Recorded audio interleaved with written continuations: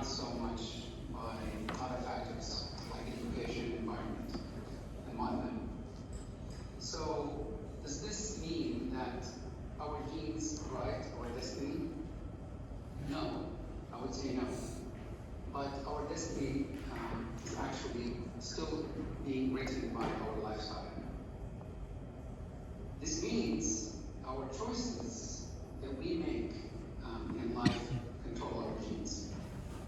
So if we choose, peace today instead of war, I would argue that we can control our genes and fix the world.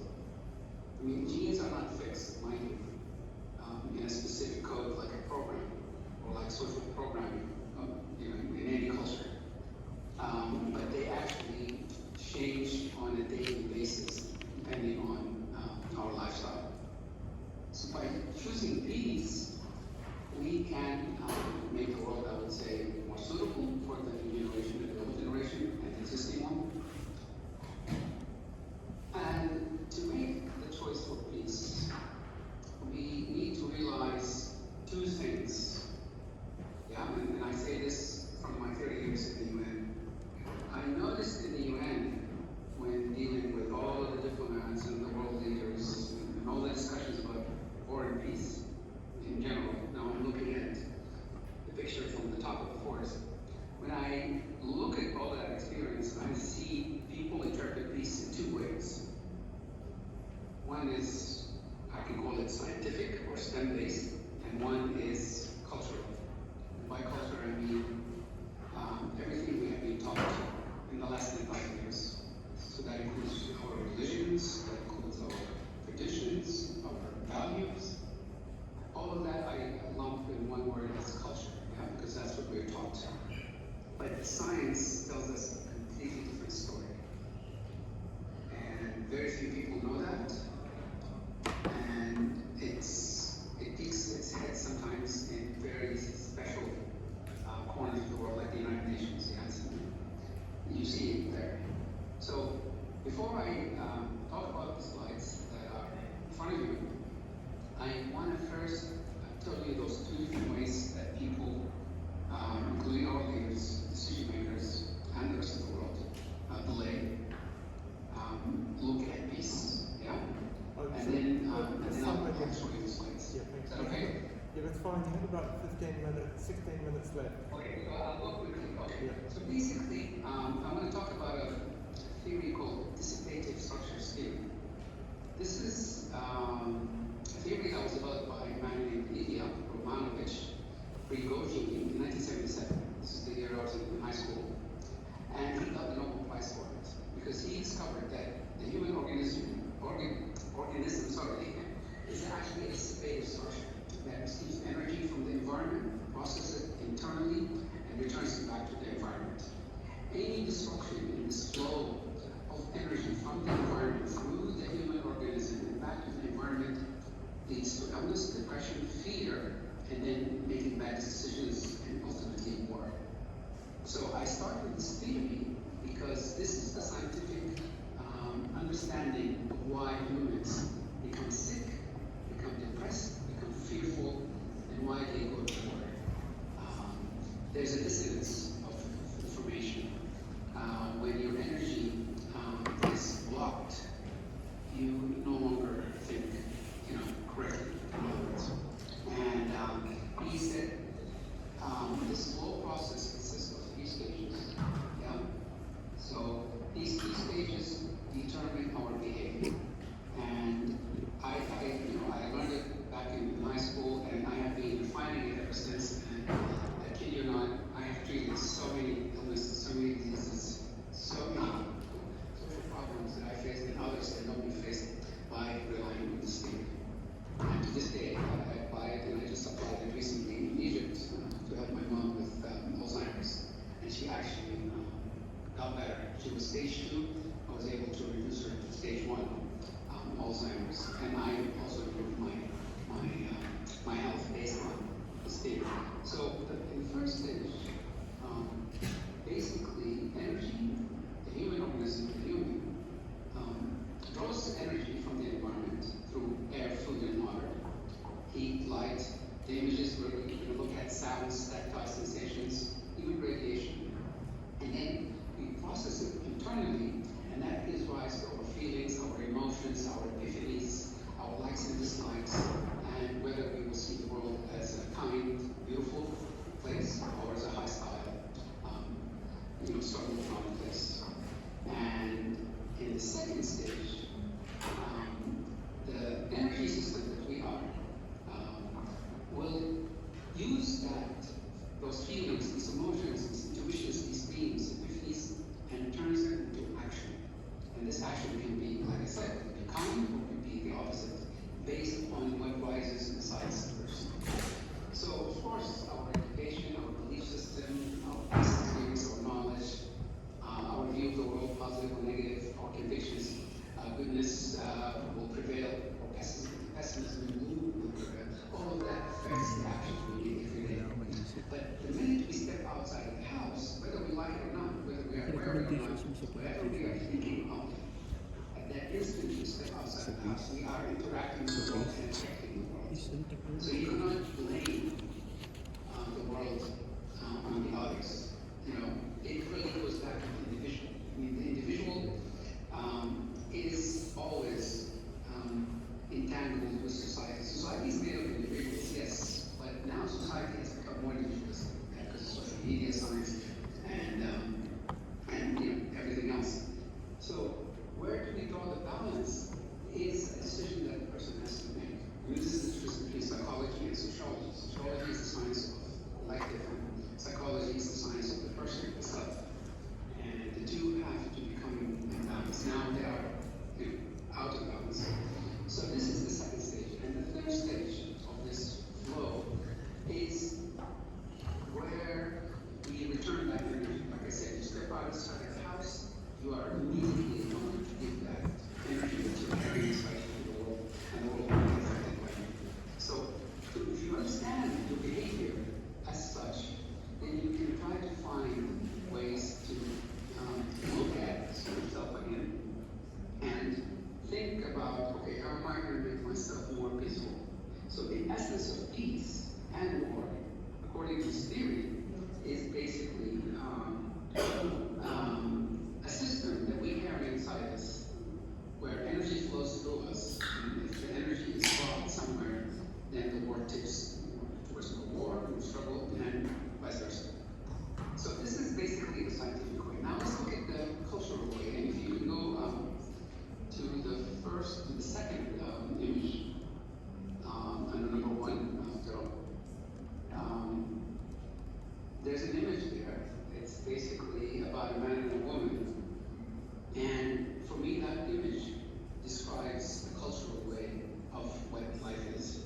So this is Gilgamesh from today's Iraq. And basically, this image for me represents all the cultures, all the religions, Islam, Judaism, Christianity, Buddhism. All of our cultures basically tell one thing. And this image captures that. This image dates back to the 3rd millennium BC in Iraq, actually. And basically, it says that the only way to preserve order in the world, in life, no matter where, you must tame the chaos of the Tigris and the Euphrates rivers, which dominate the land. So order is what every religious book is all about. If you study the Quran deeply and you never mind the cliches on the top, but if you go deeply, you'll see it's all about order. If you study the Bible, same thing. You see it's all about order and the Torah and the Asian books as well. Even Zen, at the end, it's all about order, and you must stay in order. You must stay in chaos with your order. So this is what I mean by culture. So culture makes life easy to understand. It's a struggle between men and women. It's a struggle between government and the people. It's a government between nature and humans. It's chaotic, it's watery, and the only way to tame it is to use order. So this is the cultural understanding of peace. So now moving on, let's go down to the next image, and you see the flowers. Okay, so I use this flower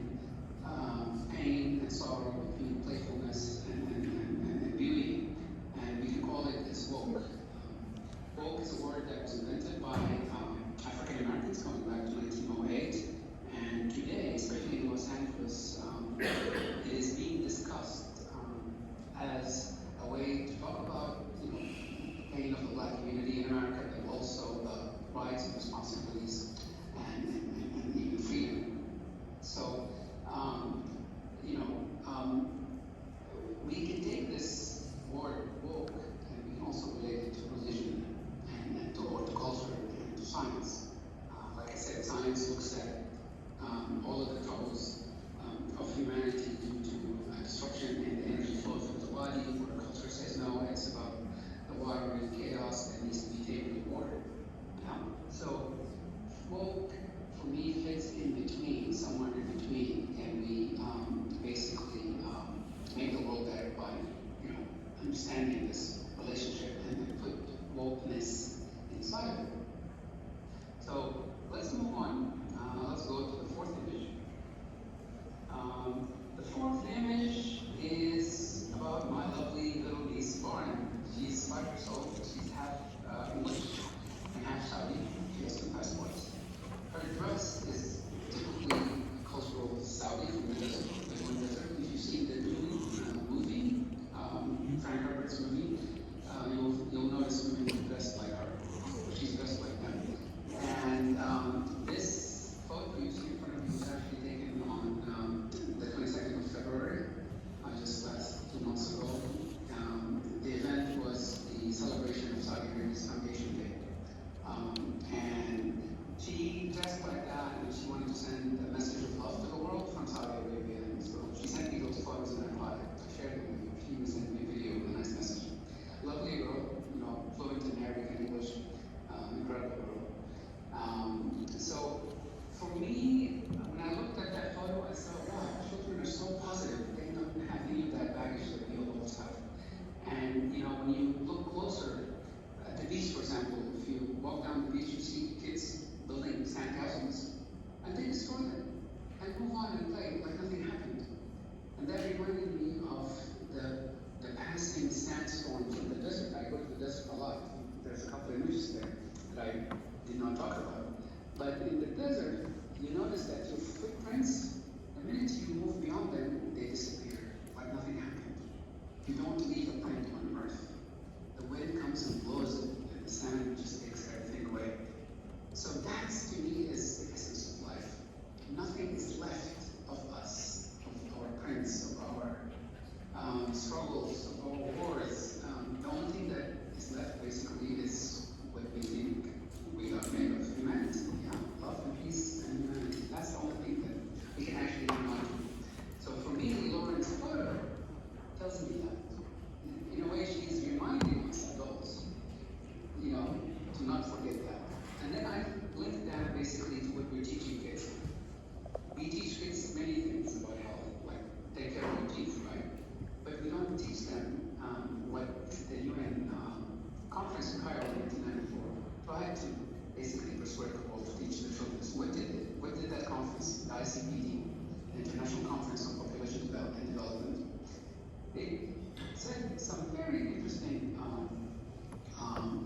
lessons to our children. Basically, it says that all acts of sex should be free of infection and should be free of coercion, and that all pregnancies should be wanted, and every child should have a bright future ahead. 3 messages. Unfortunately, to this day, we still do not teach children. So this is basically what that image is about. Let's move on. There's, I think, an image about, what's the next image? Yeah, so that's the image of Cairo. Cairo at night, very beautiful city. That's where actually the conference took place. That's why I put it there. And I was just there, and I took it at night from my balcony. It's a very beautiful photo. So, the question I pose to you, do you think this photo is scientific or cultural? Does it express a scientific way of life, or does it express a cultural way of life? You don't have to answer, but just think about it. Moving on, let's look at medicine. So there's an image of a medical device. For me, that's what STEM is all about. STEM now is revered for its ability to innovate, to solve complex problems, and to drive progress regardless of religion, ethnicity, or socioeconomic background, or gender, binary, or LGBTQ. That STEM is for everyone. It empowers us, same needs in my mom's life. We are all alive because of STEM. So that photo for me conjures up basically how technology became so prominent in our life. It's at the intersection of every aspect of life. Moving on, let's go to the next photo, which is my understanding of AI, artificial intelligence. Now, diversity, as the UN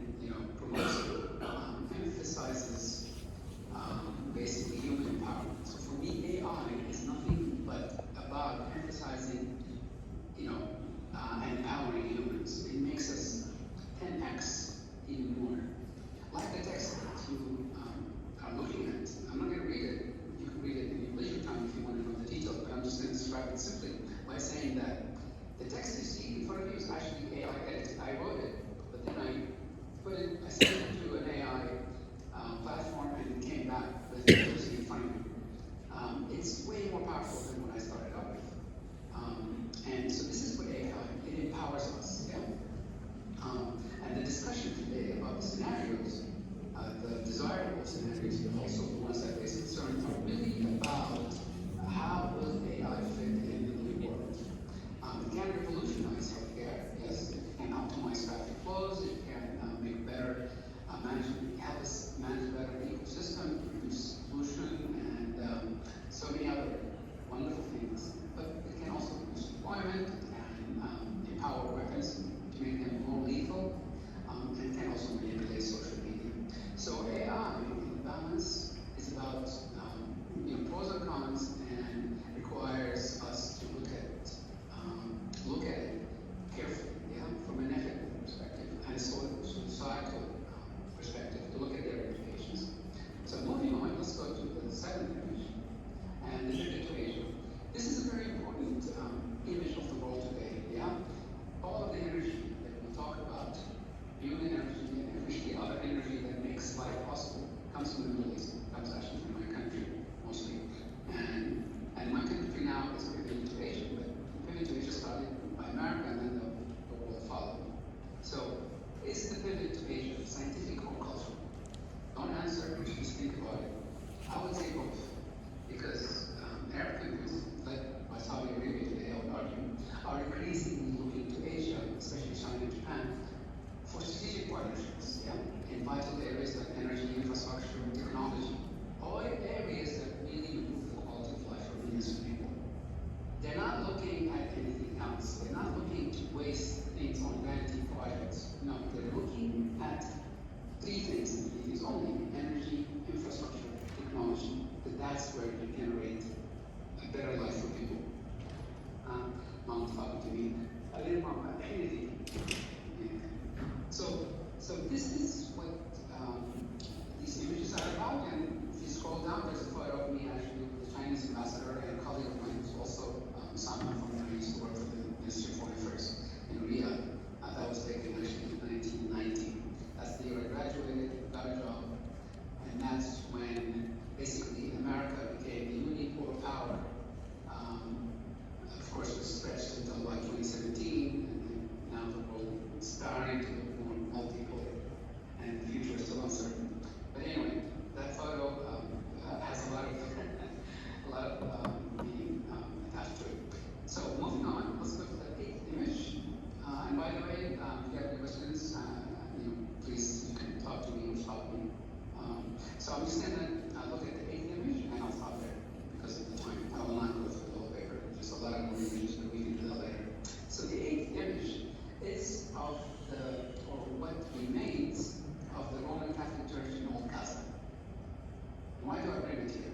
Because it's timely. We are now in a war. There's one in Ukraine, there's one in Gaza. So what is war? What is war really about for me? If I look at it from a scientific perspective, from the perspective of energy flowing through the human organism.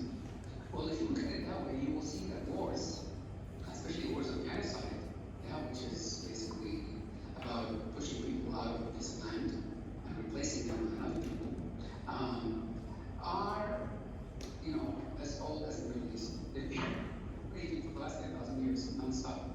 And I would argue because of the cultural way we look at the world.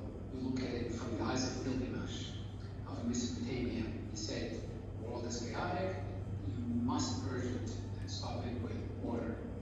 And but from a scientific perspective, we can see that genocide is nothing more than a distorted response to a perceived existential threat. Perceived, yeah? Not real, perceived, imagined. So it's an imbalance of energy, like the theory says. It's an imbalance of energy flow through the human organism, which I quickly sailed through it. If you can ask me more details, I can tell you more about it. So this is how I look at genocide. It's an imbalance of energy, yeah? And if we look at it that way, we can fix it. So here I'm going to stop now, and I will just leave you with the questions that I posed. I'll mention them again. Take a look at any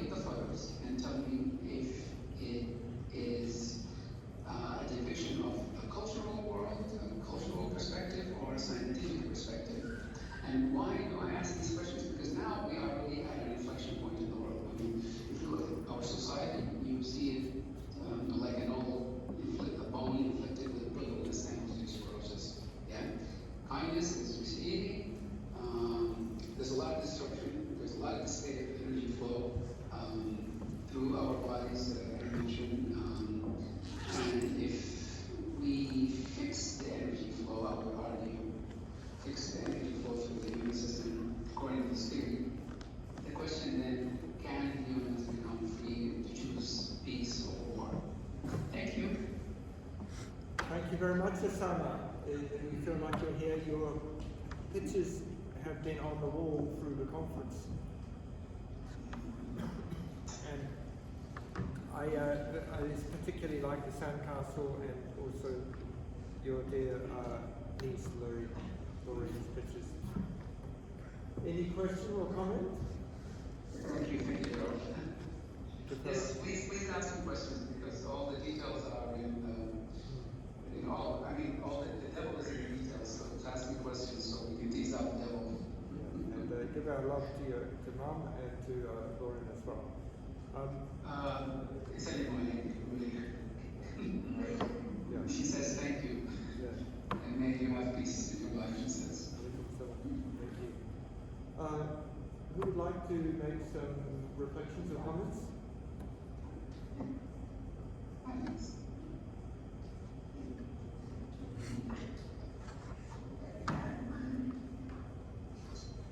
Sure. Okay, come here so someone can see you.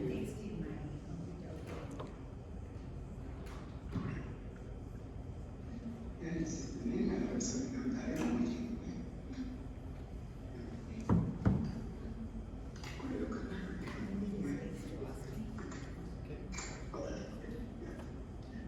Okay, someone's going to ask you a question. Osama, your pictures are really nice, especially your niece's picture. Is very refreshing, very aesthetic, and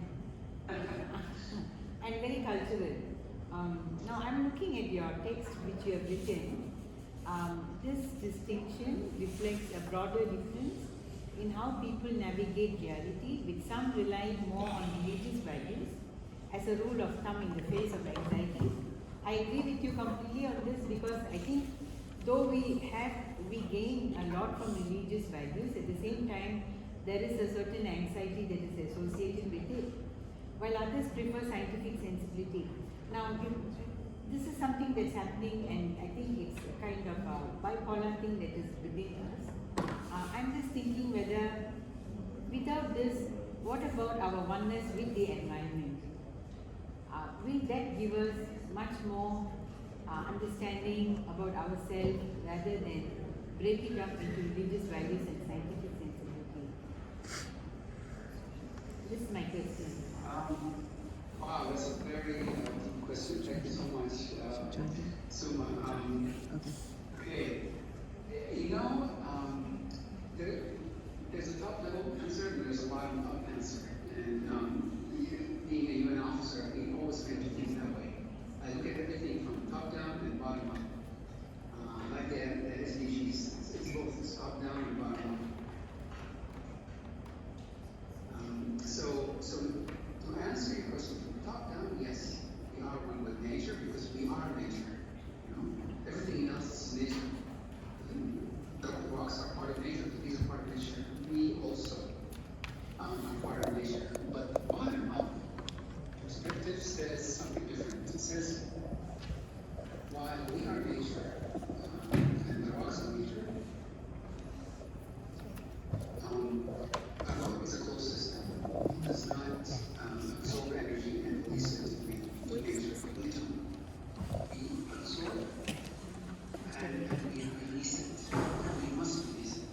If we don't release it, then we lose sight of the top-down perspective. We no longer become one with nature. We become an entity, isolated. We can say even, separated, unentangled, unforgiving, depressed, fearful, even selfish, and then of course, we may see the world in a very hostile, way and make bad decisions. So yes and no. Yes, we are one with nature from the top down perspective, but because the world now has become so individualistic, all societies, whether you're in Asia, in Saudi, in America, we're all individualistic. And this is making us lose sight of the oneness of nature. So we need to draw an ethical balance between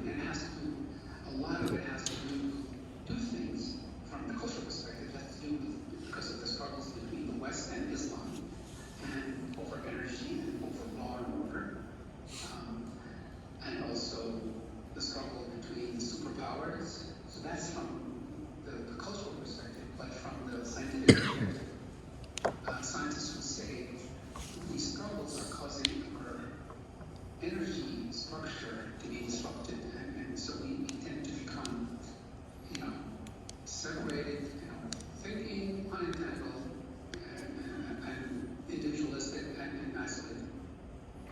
Okay. But Thank you. Thank you. sorry. Thank you very much, Osama. Right off my so that's the long answer to it. Thank you so much. That's my answer to you. Okay, Abu, if it's brief, please make it, and then we're going to have to then, because of timing, I have 2 presentations to do before 10:30. So, are you? Please go ahead. Come on now.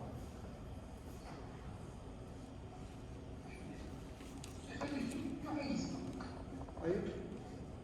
Please unmute.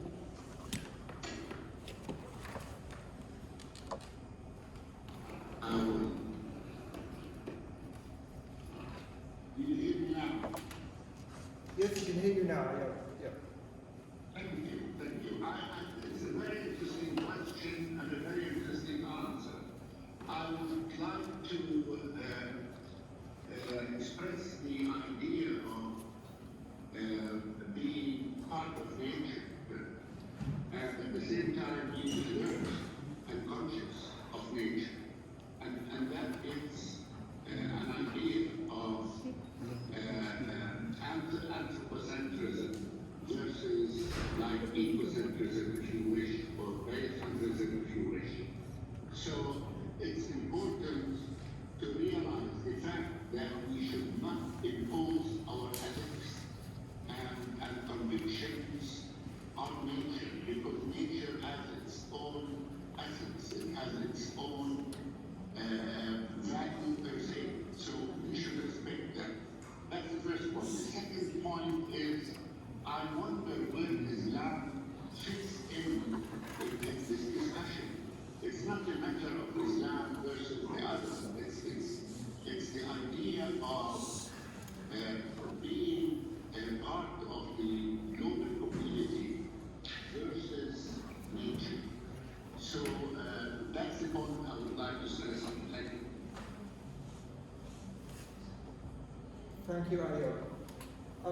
Osama, we're going to come back to this in 1 p.m.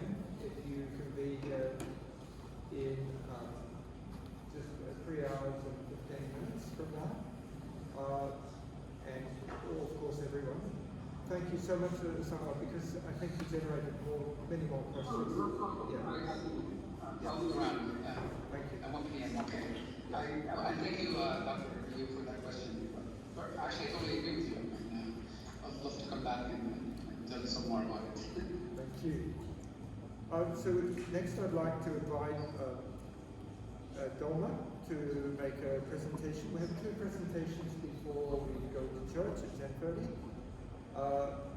So a brief summary of your doctoral thesis which you presented and defended 2 weeks ago. Dolma, thank you very much. Thank you, Dad. Thank you, Dad. Yes.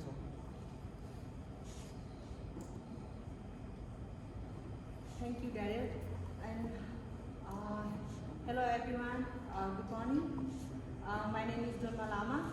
I have been living in Los Angeles, California since 2015. And I belong from Tamang community. I will be discussing about Tamang community today. Also, I want to invite my friend Puspa at here. He's going to help me. Please, Puspa, come here.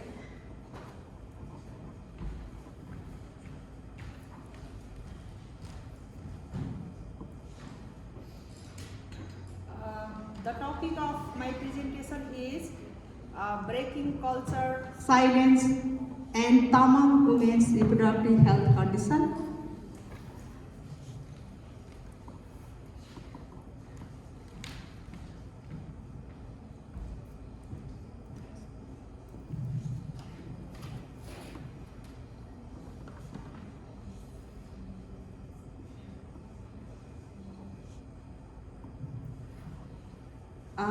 And the content that I mentioned are introduction, objectives, conceptual framework, methodology, study area, result, discussion, conclusion, and recommendation. Moving to introduction, reproductive health in Nepal pose multifaceted challenges, echoing global concern where women face unnecessary risks. This issue is particularly pronounced among indigenous women, including those in Nepal who are experiencing higher maternal mortality rate than their counterpart. The urgency to address this stems from the risks of rendering sustainable development goals. Despite these challenges, a critical barrier lies in the lack of quality data on the health of indigenous women and adolescent girls. This data gap obscures significant disparities, impeding effective action to address reproductive health challenges.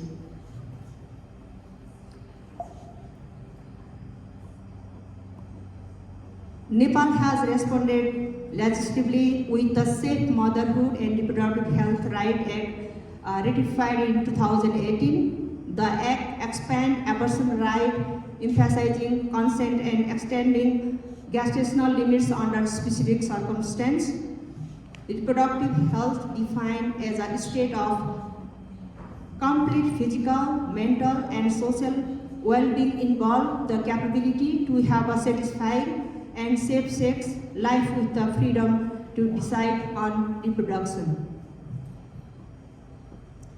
Nepal grapples with significant health challenges influenced by economic constraints, issues such as malnutrition, high child and maternal mortality rate, rapid population growth, early marriage, environment population, and inadequate health facilities underscore the need for comprehensive and targeted intervention in the realm of reproductive health.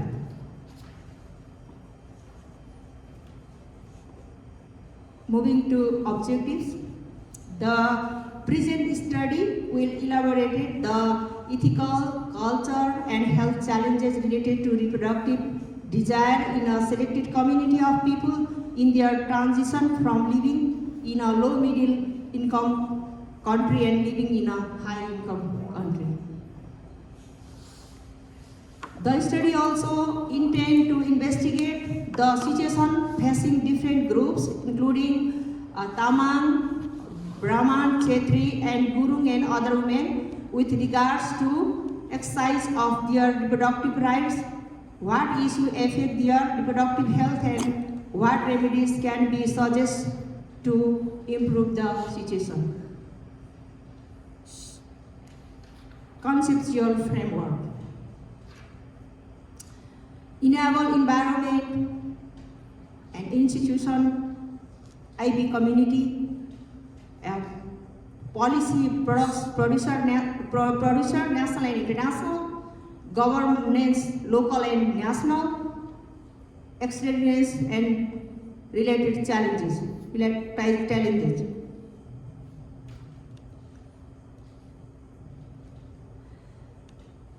Methodology. Study design like cross-sectional study, sample respondent 135 women older than 80 years of age, 45 women who have Nepali ethnicity who are living in the United States of America, and 90 women living in Nepal. Sampling, snowball sampling. Study area. Regarding the place of residence, figure 1 reveals approximately 54% of the participants reside in Ramesar, whereas around 40% of the participants reside in Dolakha. Dolakha is my hometown. Regarding the place of residence,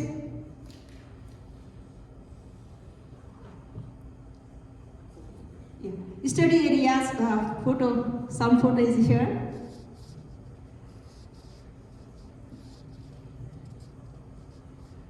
and health awareness program in study area.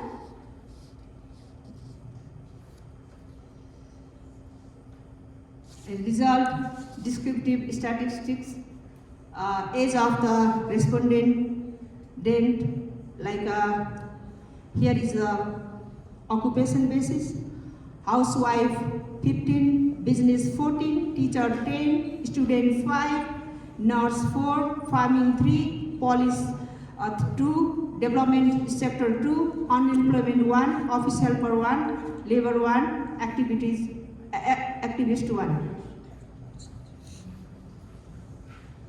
This is the caste of the respondent. Here is the some caste, like Mandal 1, Limbu 2, Gurung 7, Mogar 7, Niwar 7, Rai 7, Tamang 7.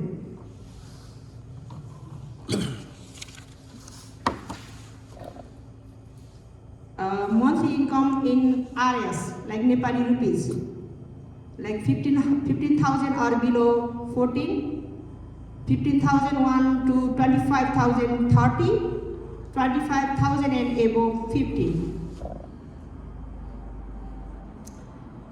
Yeah, result here like a common cold and fever, bleeding 6, fever only 5, jaundice 7, typhoid and 14, uterine prolapse 1.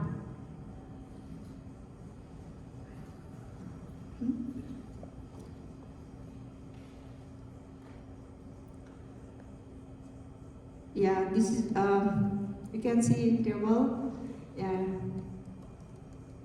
depression 7 and fever 15, hemorrhage 8 and non 29.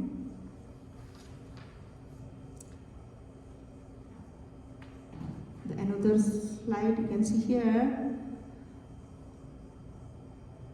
fever 4, heavy bleeding 1, nervous 1 and normal 53.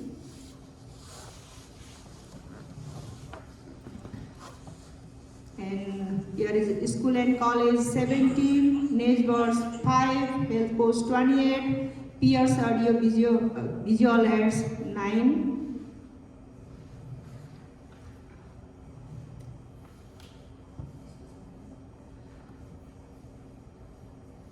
Discussion, demographic diversity. Nepal is home to diverse ethnicities with 126 identified groups, of which 59 are recognized as indigenous by the National Foundation for Development of Indigenous Nationalities Act 2002. Indigenous people constitute 36% or more of the population, categorized into groups ranging from highly marginalized and privileged. Representation and challenges. Major indigenous groups include Mogar, Tharu, Tamang, Newar, Rai, Gurung and Limbu. 23 officially recognized indigenous people with minority groups like Thakali, Bhote, Raute, Hayau, Jirel and Kusunda. Other minority groups include Kami, Muslim, Yadav and Dalit, Sarki, Pore, Damai, Badi, Lohar, Chamar, Sunar and Holkar. Socio-demographic profile.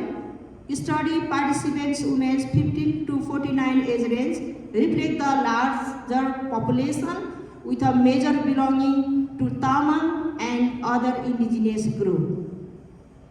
Educational attainment varies with 57.6% having a college degree or above.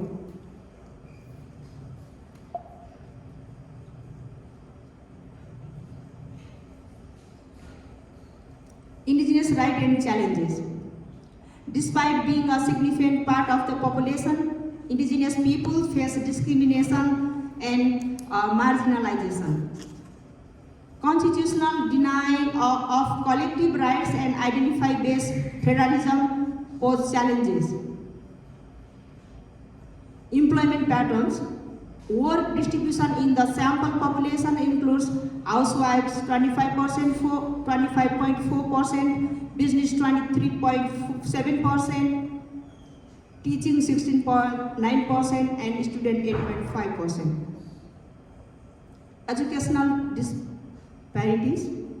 Educational level vary with 57.6% attending university, but disparities in employment suggest challenging in applying obtained education. Social security and economic status. Social security program lack equality with ongoing efforts to address this issue. Economic disparities persist with a majority earning between 1,500 and 5,000 Nepali rupees monthly.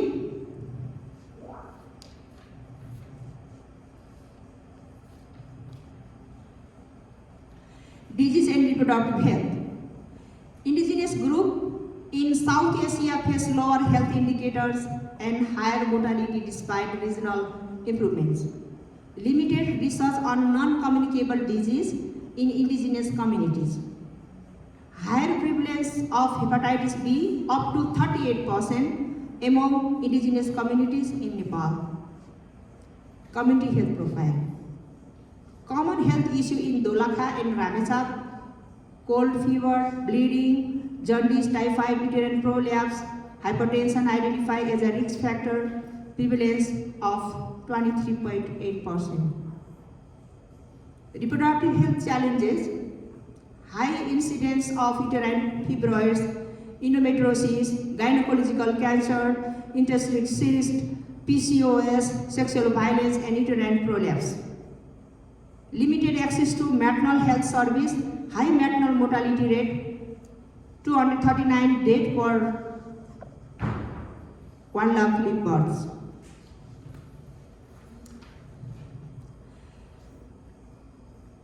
Pandemic and challenges. COVID-19 impact and challenges. Disproportionate impact on indigenous population globally, economic hardship, mental health challenges, and limited access to information. Indigenous women adopting innovative measures but facing increased domestic violence at that time. Participants' perspective and recommendation. Varied impact of COVID-19 including job loss and mental health challenges. Diverse opinion on government protocol. 35% find them challenging, 25.4% supportive. Indigenous women suggest building quality hospital, raising awareness and empowering women. Addressing the health disparities. Recommendations include building high quality hospitals, raising awareness, empowering women, and mainstreaming gender responsiveness. Ensuring marginalized individuals have access to relief, support, addressing gender-based violence, and providing inclusive sexual and reproductive health service. In conclusion, positive minority status. Study reflect a positive and progressive status of minorities compared to prevalent victim portrayals. Among 7 ethnic groups, individuals engage in various professions with only a small percentage involved in unpaid housework. Occupational diversity.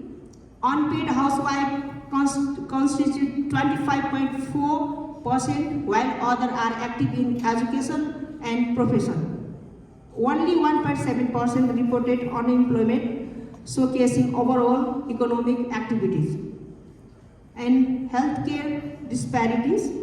Easily treatable common disease prevalent, but significant reproductive issues persist due to delayed treatment. Contradictory report indicate over 73% visit health facilities and issue persist. COVID-19 impact. Wide-ranging effect on daily activities observed. Women women burdened with unpaid care work during lockdown face increased virus transmission risks and indirect impact. Healthcare system weakness. Traumatic experience and near-death situation highlight weakness in healthcare facility and service delivery. Community action have impact, but reform is needed with 23% not seeking healthcare. Economic challenges. Job losses and company close reported demand for free healthcare service. Discrepancy in healthcare facility preference 50% or more visit government facilities, 23% visit private facilities.